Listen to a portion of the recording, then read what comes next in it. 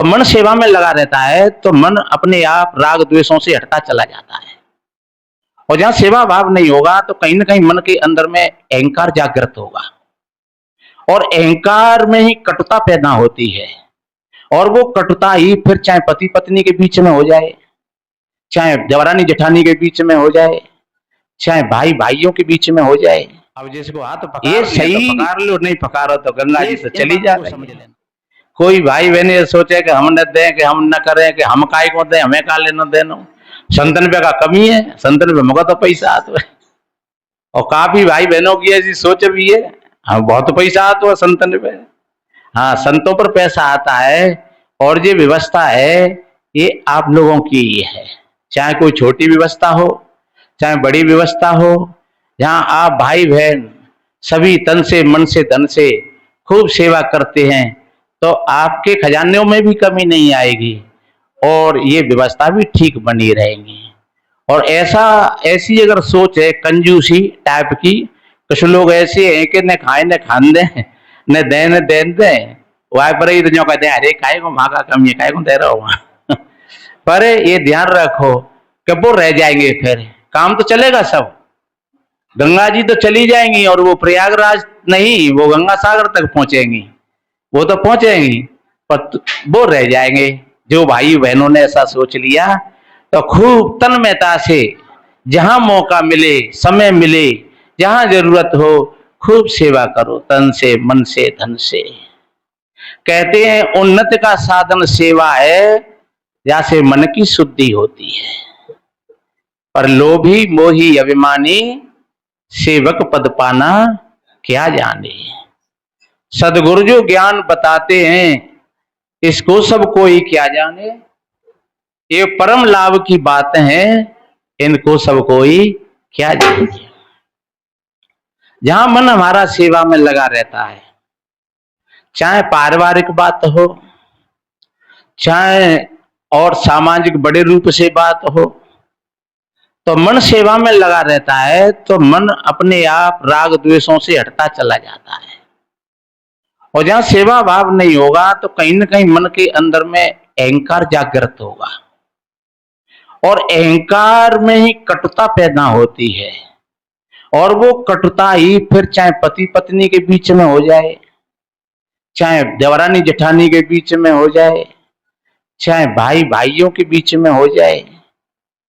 ये सही, ये इन बातों को समझ लेना। ये कोई जरूरी नहीं है कि हम किसी विशेष ग्रंथ का नाम लेकर के इन बातों को कहें। क्यों कि असली ग्रंथ तो तुम्हारे भीतर है और मेरे भी भीतर है। और जो मैं भीतर अपने ग्रंथ से बोल रहा हूं, अगर तुम अपने ग्रंथ को खोल करके देखोगे तो वही बात तुम्हारे ग्रंथ में निकलेंगी। क्यों कि हमारे जो ऊपर के जो लेख हैं, इनमें तो तमाम भिन्नताएं हैं और भेदभाव हैं।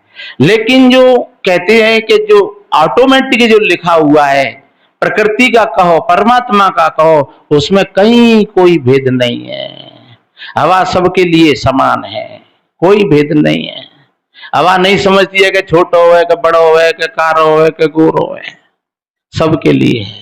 नदियों के अंदर में कोई भेदभाव नहीं है, प्रकृति में कहीं कोई भेदभाव नहीं है किसी प्रकार का, कि इसके लिए करो कि इसके लिए मत करो, यहां करो कि यहां मत करो। इसलिए मेरे भाई बहनों, प्रकृति में कहीं कोई भेदभाव नहीं है। और तुम अपने मन की अंतस गहराइयों में जाकर के देखोगे तो वहां भी किसी प्रकार का कोई भेदभाव नहीं है। जहां हम ऊपर की किताबों को पढ़ते हैं और ऊपर के रंग रूपों को देखते हैं, तब हमको तमाम तरह की शक्लें नजर आती हैं, तमाम तरह के रूपें नजर आते हैं, और तमाम तरह की विचार भी, वैचारिक धारा भी नजर आती हैं। इसलिए थोड़ा हम गहरी अपने आप में गहराई में देखें। जिन खोजा तिन पाइया गहरे पानी पेट, मैं बोरी खोजन गई रही किनारे पेट। जिन खोजा गहराई से, वो अपने मन की अंतस गहराइयों में चले गए और उन्होंने मन की परतों को अलग अलग कर दिया। अभी भजन सुन रहे थे, नहीं मन तो कौन बात समझाऊं। वास्तव में जो भीतर झांकेगा और अपने मन को देखेगा तो मन तुमसे बड़ा नहीं है। मन की एक एक परत को आप देखते हुए चले जाएंगे तो कहां राग छुपा हुआ है, कहां द्वेष छुपा हुआ है, कहां अहंकार छुपा हुआ है, कहां ये व्यवस्था छुपी हुई है सारी की सारी। तो जिन जिन परतों को आप देखते चले जाओगे, जैसे कोई ये कपड़ा है नहीं और वो घड़ी करा रखा हुआ है, तो कपड़ा घड़ी करा रखा हुआ है और तुमने उसको धोया पर घड़ी खोल खोल करके सावन नहीं लगाया, तो उन्हें वैसे ही सावन घिस दो, पानी में बोर के फरफरा करके सुगंध डालो तो दाग ज्यों के तो ही हते में, क्योंकि दाग तो उस घड़ियों में छिपे थे, भीतर की जो घड़ी थी उनमें दाग छुपे हुए थे। ऐसे ही ये हमारी मन की परतें हैं। मन की परतों को जब हम खोलते चले जाते हैं धीरे धीरे धीरे धीरे, कहां पर ये सारी चीजें छुपी हैं, कहां से प्रकट होती हैं ये चीजें, अच्छी चीज भी और बुरी चीज भी। हालांकि में अच्छी और बुरी कुछ नहीं है, ये भी तुम ध्यान से सुनो। अच्छा और बुरा केवल हमारी समझ और नासमझ पर डिपेंड करता है। तुम चाहो तो उन चीजों को अच्छी बना लो और तुम चाहे तो उन चीजों को बिगाड़ लो, मर्जी आपकी है। उदाहरण के लिए जैसे बाणी आपकी है, चाहे आप बाणी से कठोर बोल लो और चाहे आप बाणी से मीठे बोल लो, मर्जी आपकी है।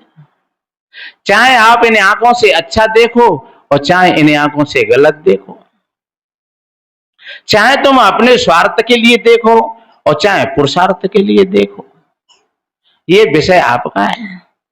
तो आप अपने मन की परतों में झांक करके देखो, जब जब कोई बात बन जाए तो अपने मन की परतों में झांक करके देखो। देवरानी जेठानी में कोई झगड़ा हो जाए, भाई भाई में कोई झगड़ा हो जाए, जहां कोई हमसे कुछ कह रहा है तो हम अपने मन की परतों में झांक करके देखें, क्योंकि वो मन की परतें वो हमको नजर नहीं आ रही है, शायद किसी दूसरे व्यक्ति को दिख रही हो। और जब तुम झांक करके देख लोगे तो फिर तुम अपने मन को ठीक बना लोगे और दूसरे व्यक्ति का भी तुम उपकार मान लोगे। मन की परतें जब भी खुलती हैं, बताती हैं, मैंने सुना था कहीं एक पति और पत्नी में बहुत बड़ा प्रेम था, बहुत बड़ा प्रेम था, कभी एक के बिना एक नहीं रह पाता और होना भी चाहिए ऐसा ही।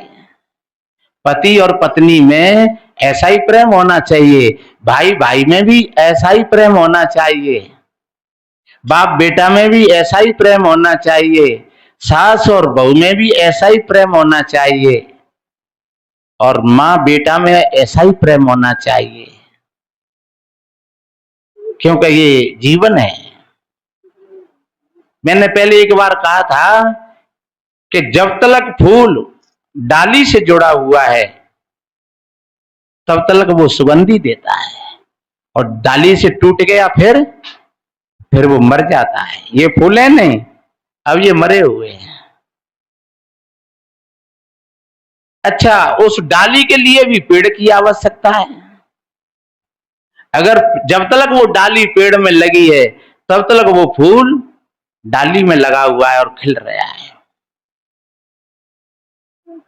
और पेड़ को भी आवश्यकता है जमीन की। जब तक वो पेड़ जमीन पर टिका हुआ है तब तक वो हरा भरा है, खूब डाली भी है, पत्ते भी हैं, सुगंधी दे रहे हैं, फूल फल भी आ रहे हैं। और अगर पृथ्वी से अलग हो गया तो उसी समय मर गया।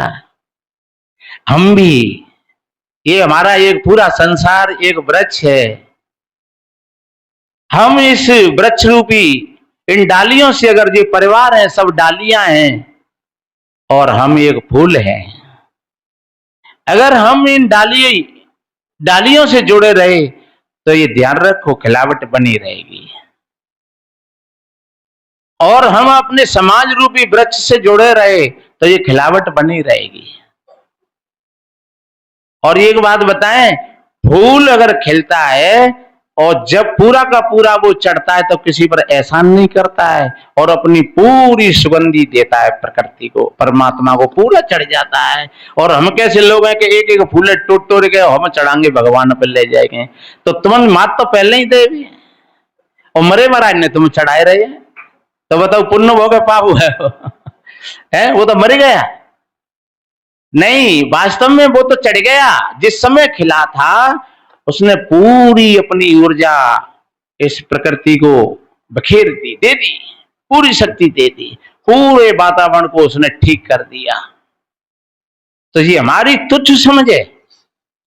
और कहीं कहीं तो देखा जाता है कितनी बहन बेटी का और के फूल ठाड़े हो तो लप झप टूट टार के और का करेंगे, पूजा करेंगे, ले जाएंगे। एक बात बताए, तुमने कोई पानी लगाया नहीं है, कोई रखवाई करे नहीं, पेड़ लगाए नहीं, ऐसा कहां को कौन सा भगवान होगा सत्याई ऐसे फूलन दे राजी है जागो है, तो उन्हें फूलों को बिगाड़ दिया। इसलिए कभी ऐसा मत करना कि हमें गुरु महाराज के पास जाना हो तो चलो तू पहले चलो कहते। ये तो एक उदाहरण है। हम सभी एक मानव फूल हैं और सभी हम अपनी अपनी स्थिति में जैसे फूल खिलता है उसी तरीका से हम खिलते रहे। पूरा का पूरा समर्पण भाव, फूल के अंदर में कोई स्वार्थ और प्रलोभन नहीं होता है, ऐसे हमारे अंदर में भी कोई स्वार्थ और प्रलोभन नहीं हो। पति और पत्नी के जुड़ाव में कोई स्वार्थ नहीं हो, केवल एक कर्तव्य परायणता का भाव हो।